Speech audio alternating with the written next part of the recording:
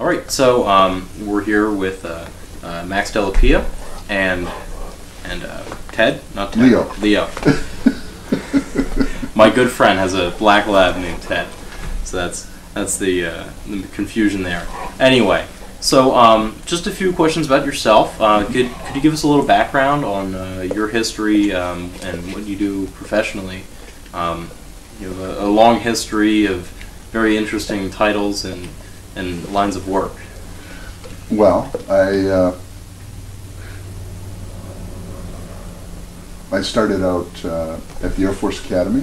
I actually grew up in Michigan, and I haven't lived there since 1971. So I moved around a lot as a military person. So if you add up the Air Force Academy, Active Guard, Reserve, Civil Service, I have about 32 years, 10 months, and 3 days. That's what was on the form anyway. I didn't actually count the time. But I served first as a pilot for about 6.5 years, got out and went to law school, graduated with honors from Marquette Law School in Milwaukee. Married my wife Nancy, and shortly thereafter hung out a shingle, a couple years on my own, and then a firm of 25 attorneys, 50 staff in Wausau, Wisconsin, and then Wausau Insurance Company, then the first Gulf War, and I went back to flying for the Air Force Reserve, and I came back full time. So I did that as a technician for 5 years. Went to Washington as a Brookings Fellow for the Air Force Reserve, and I served in on the personal staff of Carl Levin. He was the ranking minority member of the Senate Armed Services Committee for 12 months, and then about 6 months working for the Secretary and the Chief of Staff of the Air Force.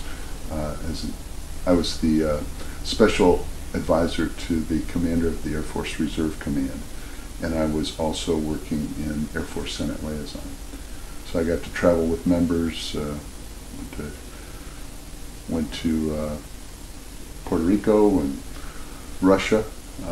Anyway, so I did that, and I came back and went to grad school. They sent me back to school, National Defense University in Washington, Fort McNair.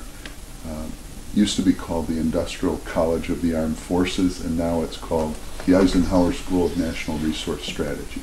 So I graduated as a distinguished graduate there, and then I went to be the reserve advisor of the Commander 19th Air Force in San Antonio, at Randolph, and then I was interviewed for and hired to be the wing commander of the Ski Birds, the 109th Airlift Wing in Schenectady, New York. So I brought my family up to New York in '99, and I've been in New York since then.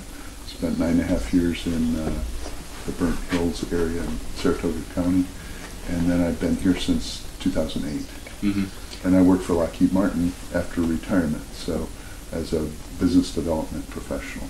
And then I did a short stint at a small business and decided I didn't want to move to Atlanta or Chicago, so I decided to go back to school, and I'm hotel restaurant management and culinary, and I'm not going to go back to school for that. I'm going to run for Congress and hopefully unseat Tom Reed.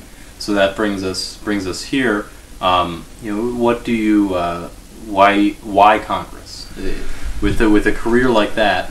What takes you back to D.C.? Well, yeah, I don't consider myself an insider or anything, because I was only there 18 months and I was working for the Air Force Reserve. But I really didn't have a political agenda at that point. I was working to communicate as well as I could with Senator Levin and his office, or the offices that I traveled with, or whatever. So the reason I decided to do this at this time is I actually went to one of the town halls, and I came away from it with the feeling that someone needed to run against Tom Reed for lots of reasons.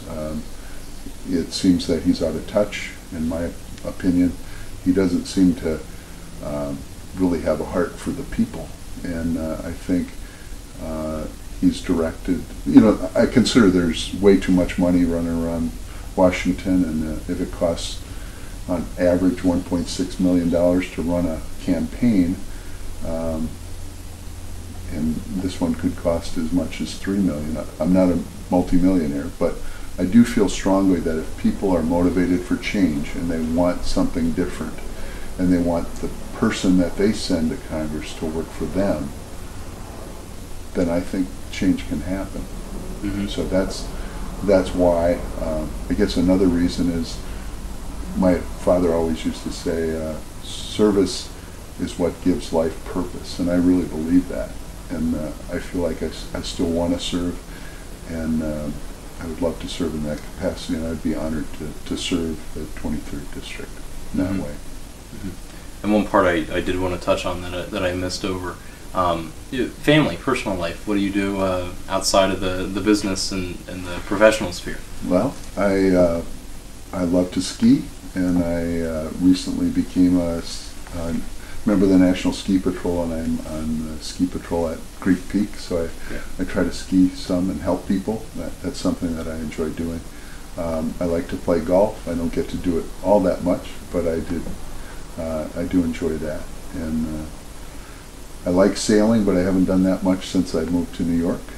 I love to travel. I love to cook, and I love to be a host. And hospitality is, I love people, mm-hmm. and I care about folks. So I'm also involved with the Anti-Hunger Task Force in Tioga County.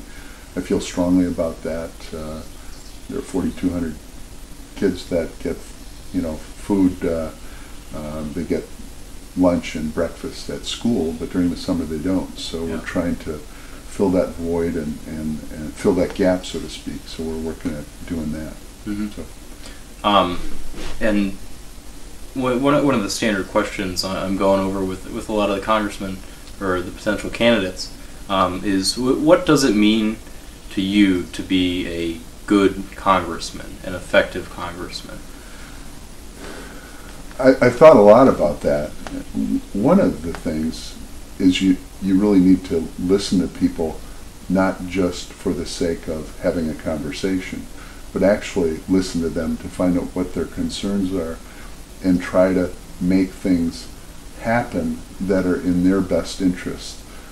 Part of doing that is, not that I can be bought, but there should be no even appearance of impropriety when you talk about who I work for. So my sense is I would prefer to get small donations from my constituents. I'd prefer not to get money from people outside the district that makes it questionable who my first priority is. Mm-hmm. And so those are some of the things. The other part of it is I think it's important to not add to the toxic environment of Washington. I know that's not easy, but I remember going to a breakfast 20 years ago, and President Clinton sent over he wasn't a classmate, he was I think 2 or 3 years ahead of me at the academy. His name was Bob Bell, and he was talking about an anti-ballistic missile issue. And the issue's not so important, but the point I'll make in just a second. He said, there are a lot of technologies that have to happen. They have to work together. They have to be mature. The algorithms that track it, the radar that tracks it, and the kill vehicle, and all of those have sub technologies. And if you invest too early, you waste money because you may not choose the right one. Mm-hmm. So while he's going through this explanation, one of the young military legislative assistants stands up, raises his hand, points his finger at this speaker and says, "I've heard you speak before, and you're either a liar or you're stupid, and I don't think you're stupid." And I just took a deep breath and I go, did he really just say that? And he did. So I guess I had to wonder if that's the type of interactions you have with your colleagues in the Congress or in the Senate. Mm-hmm. There's no possible way that you can take it back. It's out there, and it's toxic. So I guess you should never mistake someone who differs with you on an issue for an enemy, unless you want the former to become the latter. Yeah. And I think that takes a level of maturity. It's not easy always to disagree with someone and not be disagreeable. But I think that's what's required. And that type of maturity, if you're willing to do that for your constituents, you can be more effective. And just, so that's important. I think you need to be statesmanlike in the sense that you respect others, respect their opinions. You don't have to agree with them or walk away from a fight, but don't pick a fight. For sure. I think, did I answer your question? Yes, okay. yeah. Okay. So I wanted to jump in and ask a few policy-related questions and just kind of go through these very quickly. Sure. More or less quickly, but and try and cover a wide variety of different topic areas. Sure. I have a list of everything from the environment to foreign policy and everything in between. So I guess to start off, climate change. Number one, does it exist? And if so, what do you see as the best ways we can combat that with keeping in mind the population in the district that maybe isn't able to conform to a lot of the restrictions that may be put on them? It is a complex issue, but I think the majority of scientists agree that we do contribute or can contribute. One of the issues, one of the contributors is actually feedlots and methane gas, and so it's not just carbon footprint and gas use of fossil fuels. It's more than that, and it's broader than that. That's important. It's something that, the reason I bring that up is because even if we stopped using fossil fuels today, it would take a long time to turn things around. Whereas reducing methane gas, and there are ways to do that, it's 20 times more detrimental to the environment than carbon dioxide is. So I think there are things we can do that make sense. Green energy, sustainable energy, those things make sense. It's always better to not screw something up like clean water or clean air, because it's harder to clean it up after you've messed it up than it is to have restrictions. And they're rolling those back at an alarming rate, and I'm very concerned about what kind of water and air and what an environment will look like for my grandchildren and yours. All right. I know that sounds like a long way off, but it'll happen quicker than you think. So I think we have a responsibility to our future, and those are our children. Mm-hmm. All right. A domestic policy issue, Second Amendment rights. Where do you fall on the spectrum of take all the guns away and everyone is open carry? Well, obviously, it's a constitutional right, and there is no question in my mind, and there shouldn't be any question in anybody's mind that the Second Amendment is alive and well, and it shouldn't be infringed upon. On the other hand, I find it just illogical to want to have people who are mentally unstable to be carrying around weapons. Mm-hmm. There are a lot of things that happen in reaction to things that are awful when it comes to you name the tragedy. But if you look at them closer, you say, well, that wouldn't have fixed it anyway. So let's look at what we can do that makes sense, that's sensible, and I think taking away people's constitutional rights is not something I'll ever be in favor of. Mm-hmm. Right. We have a little paper malfunction here. Okay. The economy, we were talking about this, just chatting about this a little bit earlier. So what do you view personally, it's a very difficult discussion. Economics is a very detail-oriented thing, but what do you view as some of the best simple approaches we could take to spur economic growth to benefit the entire country, as well as not leaving the 23rd District behind with all that? It's virtually everyone who goes to Congress says, I'm the jobs guy. And you go, good. That is good, and we certainly want to do that. But when you ask them how and what makes sense for us as a country, you don't get very good answers. And it isn't simple. However, there are some things that I think any economics student is taught early on. They say open trade and fair trade is absolutely essential. That's how we get the most for our consumer dollar. That's how one country that does the best in this creates that product, and we do the best in what we do, and then there's a balance of trade. The unfortunate thing is for the last 40 years or so, we haven't had that balance of trade.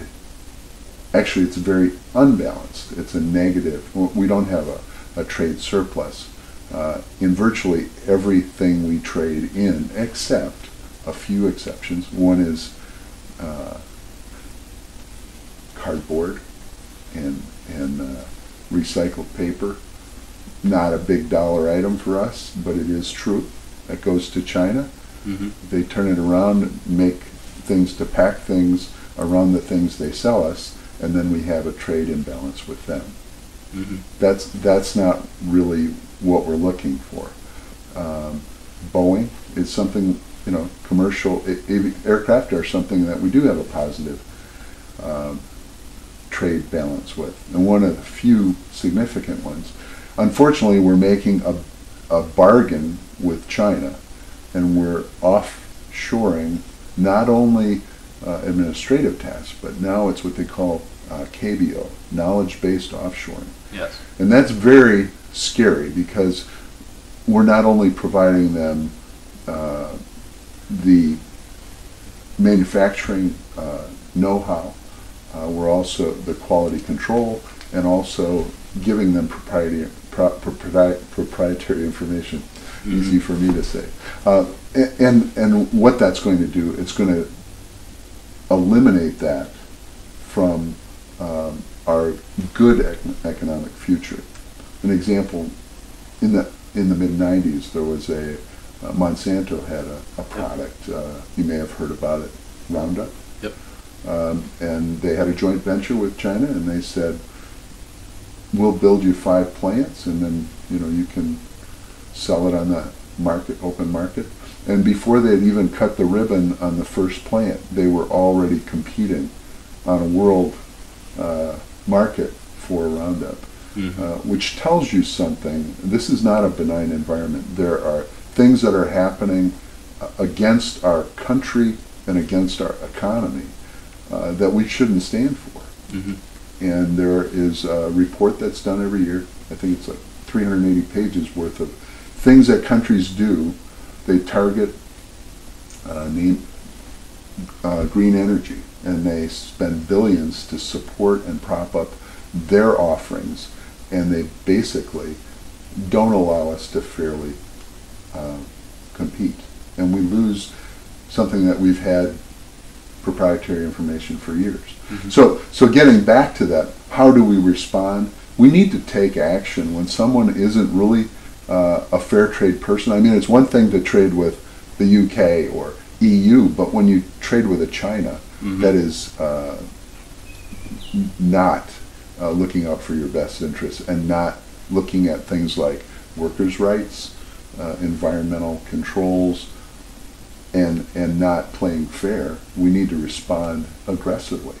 And I think that's something that maybe I would have agree with some of the things that are being said from even the other side of the aisle. So that's one of those subjects that maybe you can make something happen to not protect everything, but to react when someone's not playing fair. Mm-hmm. So in terms of decreasing the trade deficit, what are some assets you see locally that would be in favor of your constituents or your potential constituents to be part of that, decreasing the trade deficit? Well, one of the issues, I think really recently, within the last day or so, it's been announced that Apple is looking at the Corning glass, the glass that you have on your phone, that one, that touch screen, kind of a Gorilla Glass type product. It's a $200 million, I believe, agreement that they're looking toward long term that will have an effect on employment around here, and we should support those things, those types of agreements that highlight and allow our corporations to succeed, and what we can do that to help them is important. Mm-hmm. So moving on to education. Sure. It's been a very interesting topic lately, and there's almost a major discussion from a macro sense of how do we approach education reforms. I don't think anybody would deny that there are major issues with the education system, mostly primary education, high schools. Right.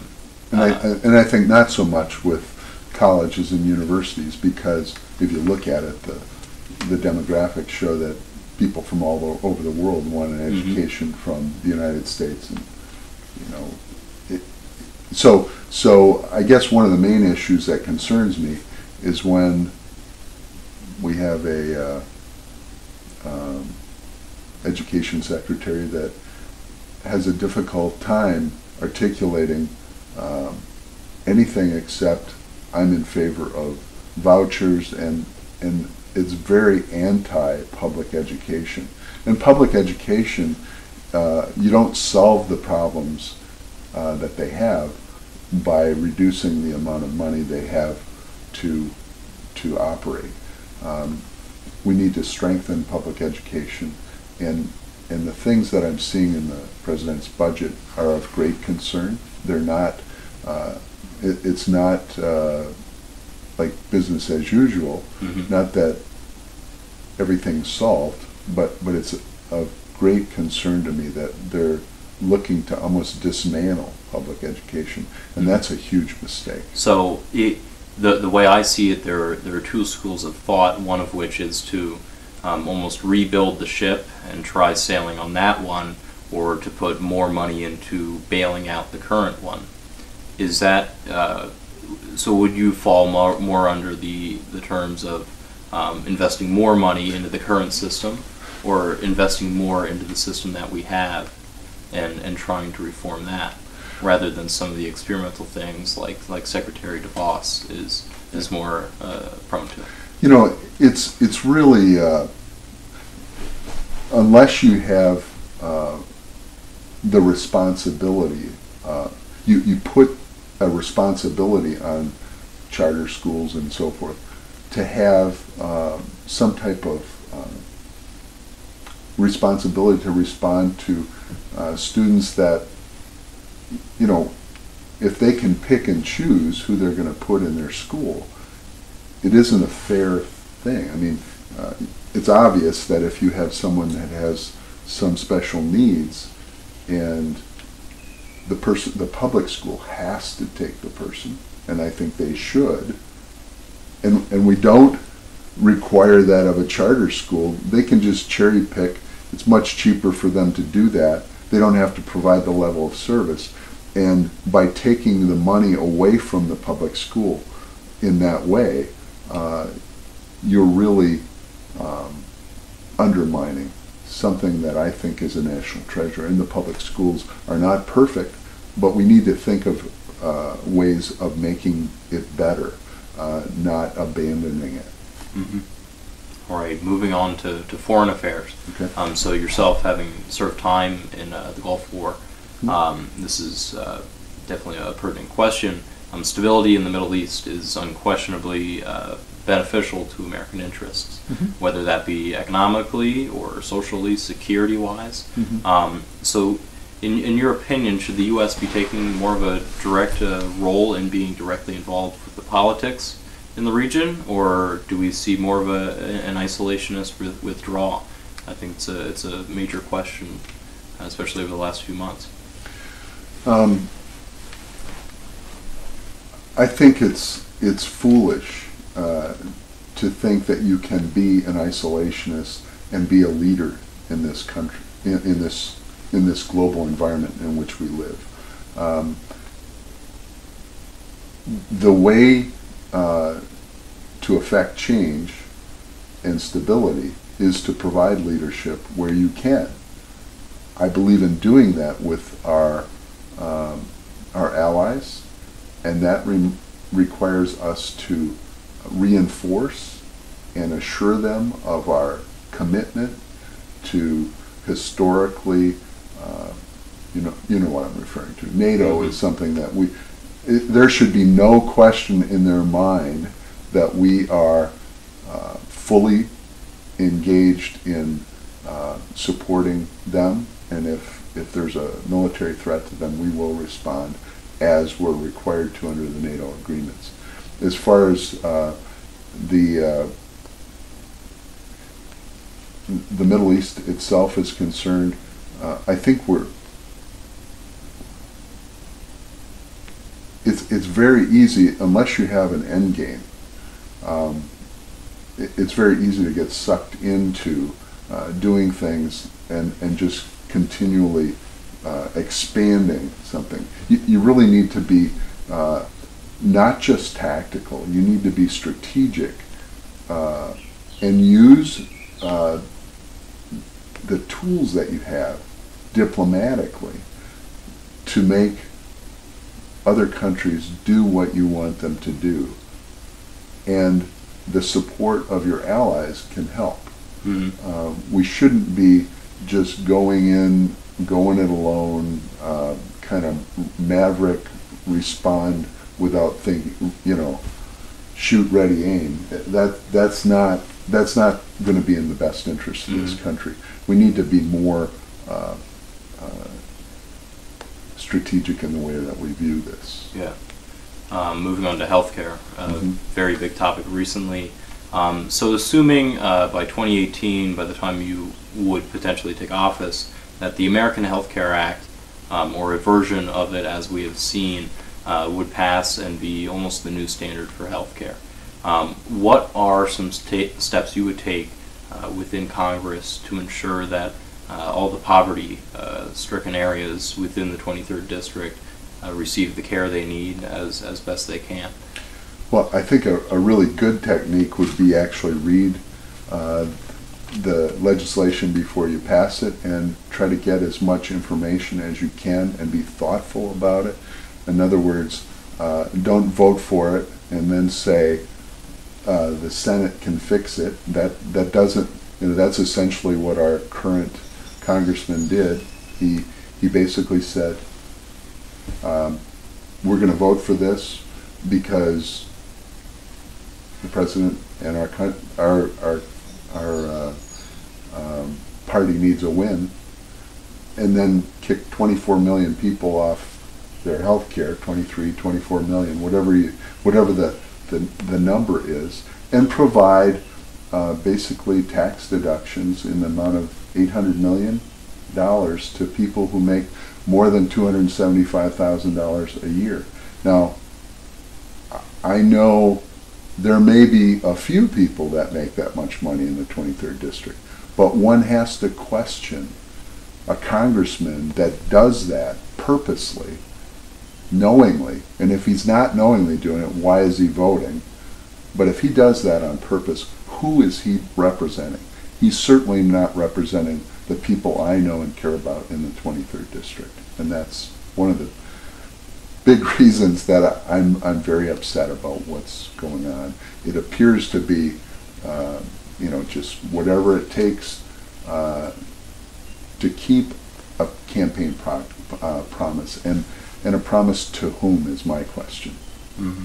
To whom was the promise made, and is he keeping it? And I believe that's not the case.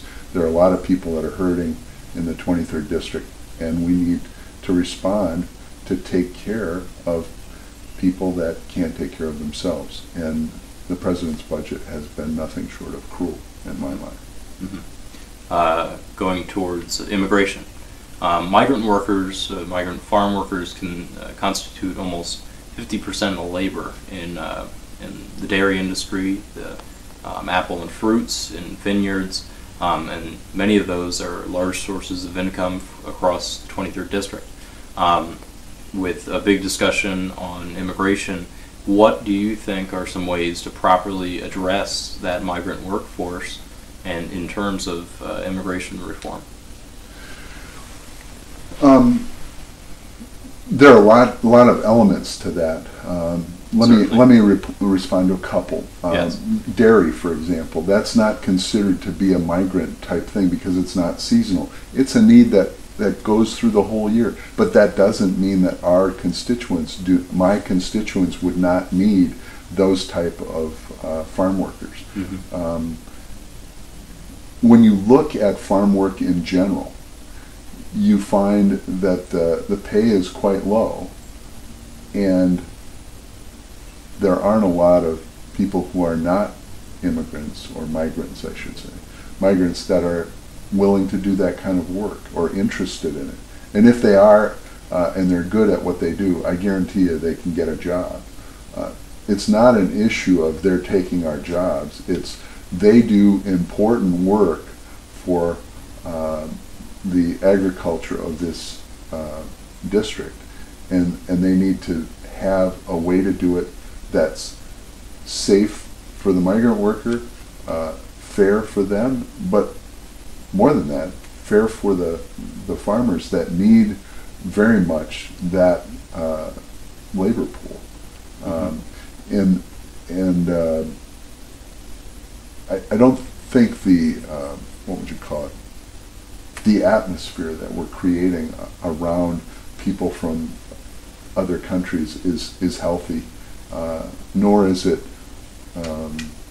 good for the long-term future of this country, because as an advanced industrial nation, we don't have a birth rate that really is going to allow us to maintain leadership economically, unless we're smart about it.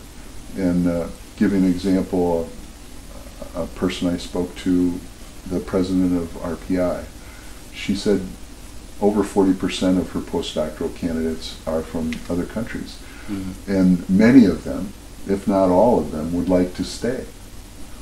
And we don't have enough people who are STEM.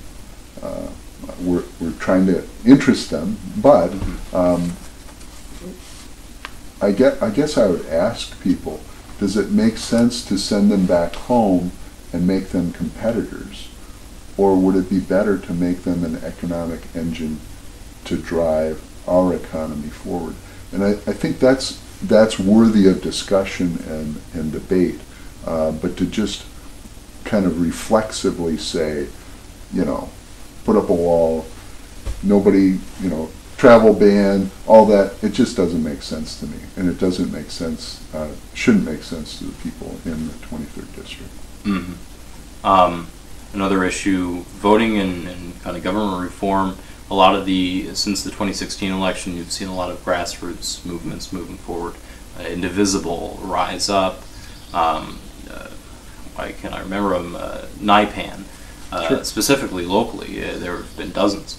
And one of the things they're talking a lot about is campaign finance reform. What are some ways you see plausible, should you be elected, in reforming campaign finance? I think that's absolutely critical. If you just do the math and you say, okay, if this is an average race, 1.6 million is the average, it's going to probably be in the neighborhood of $3 million. I'm not a multimillionaire, I'll admit that. And I don't um, I don't think that we can have a viable democracy if it continues in this way. Justice Brandeis, paraphrasing, you can have large amounts of money and a small number of people, or we can have a democracy, but we can't have both. So I don't think he was talking about campaign finance. But the thought is, I would like to reduce the dependence on and the length of time that is spent. And I mean, if you just talk about people who are running, to be successful, you're probably going to have to be on the phone hours and hours a day. So take $3 million and say that for 2 years, every day, 7 days a week, you're going to work on campaigning for the next race.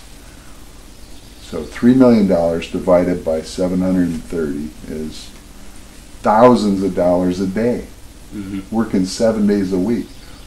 I question whether that's the best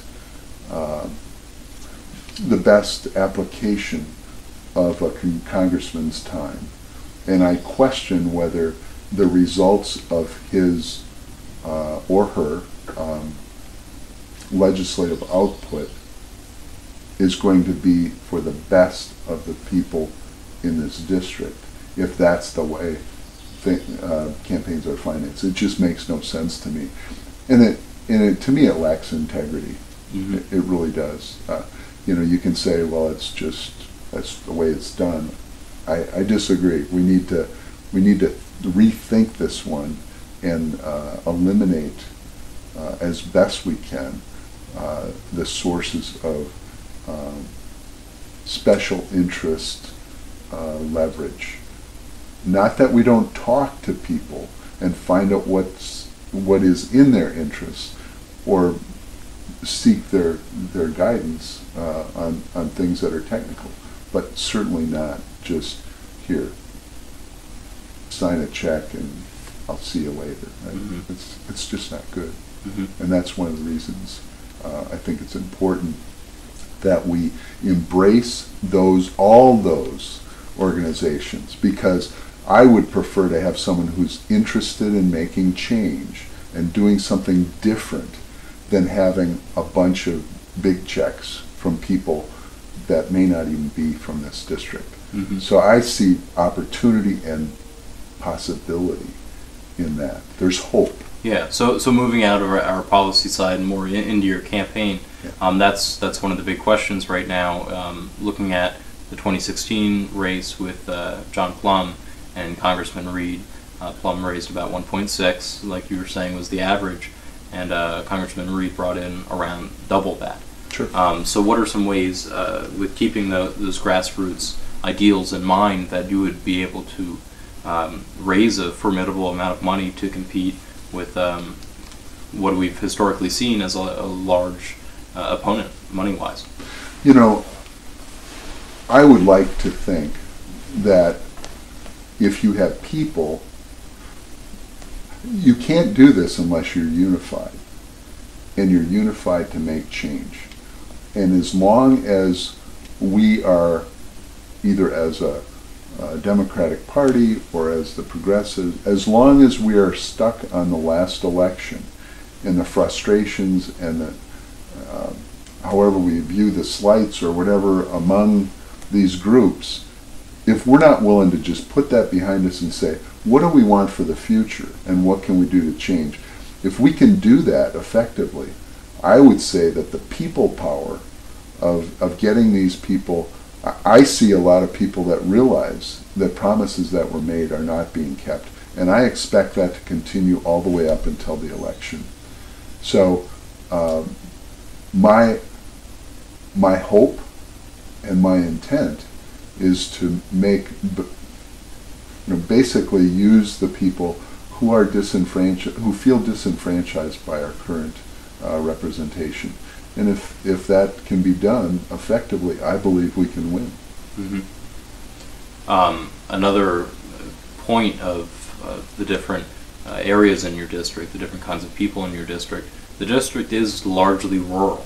And I think that's some of the arguments that would be made as to why some previous candidates weren't so successful, is there was a disconnect between more academics and some of the rural voters that may not relate to that as much. What will you do moving forward in this race to relate to a lot of those rural concerns and the working class average guy? I think I have to listen to them, and I have to get out to do that. I can't do that from a phone, talking to people about raising money. I have to spend time, effort, talking to people one-on-one, because they need to measure me, and I need to understand where they're coming from and what they need from their national government. And